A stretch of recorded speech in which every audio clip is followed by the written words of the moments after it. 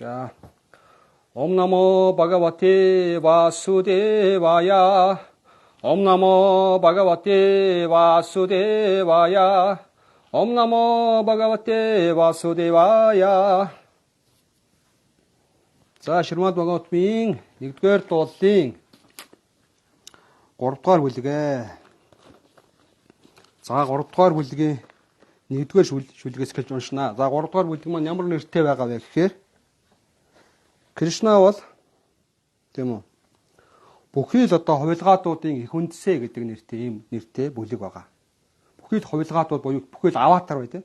Бүхий л аватаруудын бүхий л одоо Кришна Бурхны бүх хувилгаатуудын их үндс. Кришна бол гэдэг тийм нэртэй ийм бүлэг байгаа. За, эхний шүлгийг нь уншия. 1-р шүлэг. Сута вача. Жагрихе пауршам рупам Бхагаван махат адибхих. Самхутам шаташа калам атау лока сисвик шая гэж. За, орчуулгана. Сута өгүүлсэн нь материалын ертөнцийн бүтээлийн эхэнд дээд эзэн өөрийгөө эхлээд орчлонгийн дүр хэлбэр Пуруша хувилгаанаар түгээн тархаасан бөгөөд материалын бүтээлийн бүхий л элементүүдийг илрүүлэн бий болгосон. Тийхүү юуны өмнө материалын үеийн 16 эхлэлийг бүтээсэн.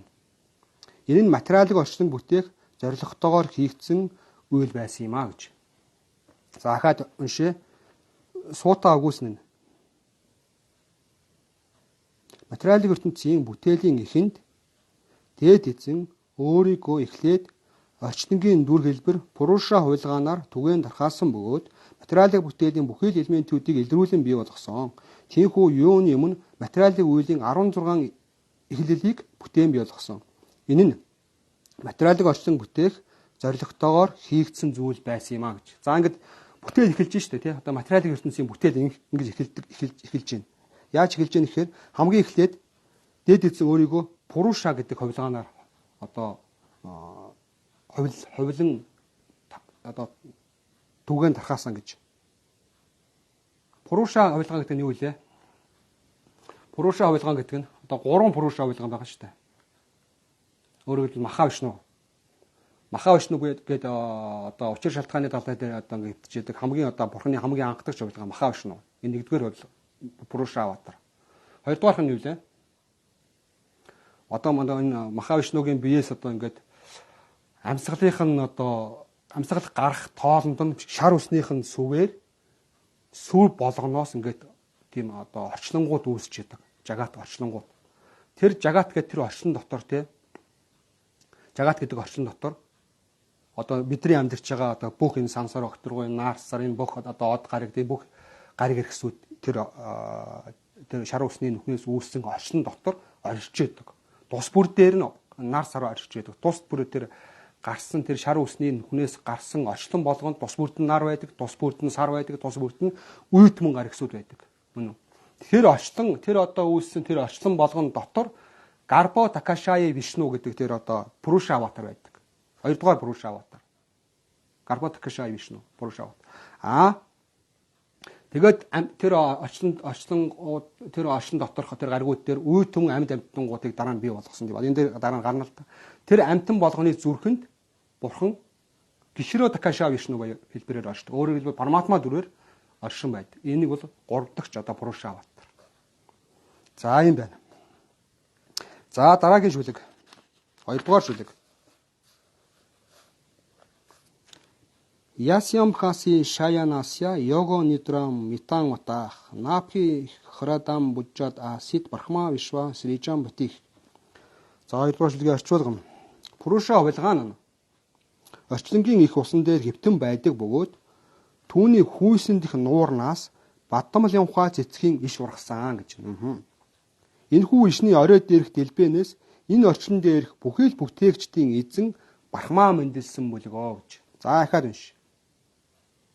Пуруша хувилгаан нь орчлонгийн их усан дээр хэвтэж байдаг бөгөөд түүний хүйсэнд их нуурнаас бадамлын ухаа цэцгийн иш ургасан. Энэхүү ишний орой дээрх дэлбэнээс энэ орчлон дээрх бүхий л бүтээлийн эзэн Брахма мэндэлсэн бүлгөө. За энэ бол одоо энэ мэдлэг бол хаач байхгүй мэдлэг. Энэ мэдлэг нөхөр одоо гайхамшигтай. Орчлонгийн үүслийг маш гайхамшигтай байдлаар тайлбарлаж байна. Өөрөөр хэлбэл Пуруша хувилгаан буюу хамгийн одоо анхны тэр Махавишну хувилгаан нь яаж юм гэхээр орчлонгийн их усан дээр хэвтчихийдэг тийм. Одоо биш Махавишну биш Гарбатакаша вишну. Гарбатакаша вишну орчлонгийн усан дээр хэвтчихийдэг өгөөд түүний хүүсэн дэх нуурнаас тийм аврах том бадамл явхаа цэцгургасан байна. Тэгээд тэр ишний орой дээрх дэлбэнээс Брахма мэндэлсэн гэж шүү дээ. Тэр одоо бадамл явхаа цэцгнээс. Брахма одоо ертөнцийг анхлан бүтээж бий болгосон орчлонгийн хамгийн анхны амьд байдгал Брахма мэндэлжээ. За ингээд ярих юм бол айгүй их л орт юм болно л доо. За 3 дахь шүлэг. Ясья ваява самстханаих кальпито локо истарах тадвая багато рупам вишутхам сатвам уржитам гэж. Орчуулгана. Орчлон дах бүхий л гаригсын систем нь Пурушагийн аврах том бид байшиж байдаг хэмээн үздэг. Гэвч тэрээр материалын ертөнцийн элементүүдийг бүтээхдээ ямар ч холбоо байдгүй. Түүний бие нь мөнхөд цэвэр сүнслэг ахуйд оршин байдаг гэж. Дахиад уншия. Орчлон дах бүхий л гаригсын систем нь Пурушагийн аврах том бид байшиж байдаг хэмээн үздэг гэж. Одоо Пуруша гэдэг нь тэр одоо Гарбатакаша вишну хэлж штэ. Тэр одоо бид нь багтаж байршдаг. Гэвч тэрээр буюу тэр одоо Гарбатакаша вишну нь материалын ертөнцийн элементүүдийг бүтээхдээ ямар ч холбоо байдгүй. Түүний бие нь мөнхөд цэвэр сүнслэг ахуйд оршдог гэж. Тэр одоо материалын ертөнцийн бүтээлтэй холбоо авах зүгээр л тэнд ойччихдаг байж тээ гэдэг тий. За 4-р шүлэг. Башанти ато рупам адапхра чакшуша сахсра бадаро бужана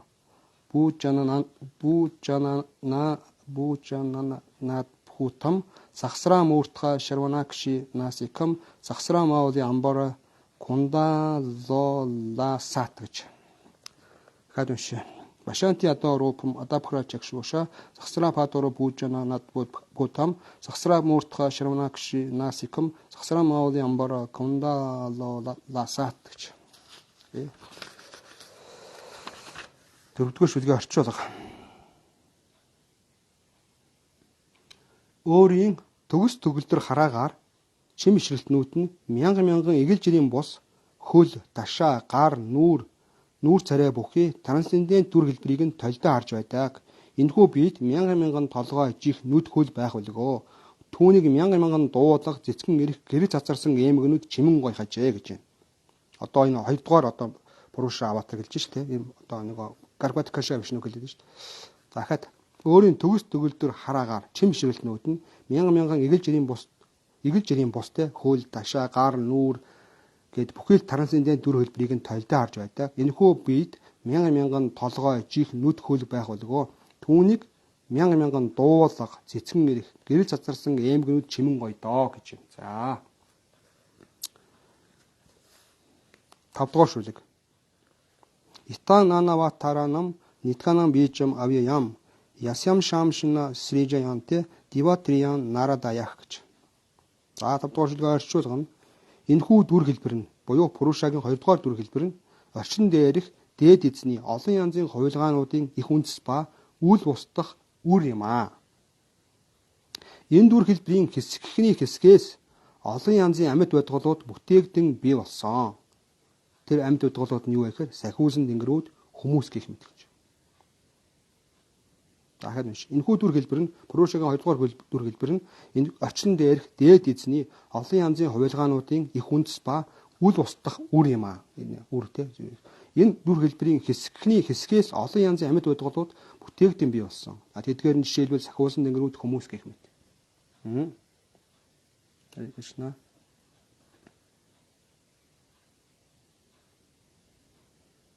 Одоо тэр 2-дугаар Пуруша буюу тэр Гарбатакаша вишну бол бүхий л олон янзын хувилгаануудын их үндэс бөгөөд тэгээ үл устдаг. Тэгээд тэндээс бүх зүйл үүсдэг тийм үр гэж тэ. Энэ дүр хэлбэрийн хэсгээс л тэр маш өчүүхэн жижиг хэсгээс л маш олон янзын амьд байдгалууд тэгээд бүх зүйл үүсч бий болдог гэж. хэлсэн байна. Ийм гайхамшигтай хүчрэх гэдгийг л нэг талаас отолж ийн гэсэн үг. За 6 дугаар шүлэг. Саива пратхамам девах камарам саргам ашритах чачара душчарам брахмачарям акандитам гэж. Хамгийн эхлээд бүтээлийн эхэнд Брахмагийн 4 гэр бүлгүй хөвгүүд буюу кумарууд мэндэлсэн. 4 кумар мэндэлсэн байж хамгийн эхлээд.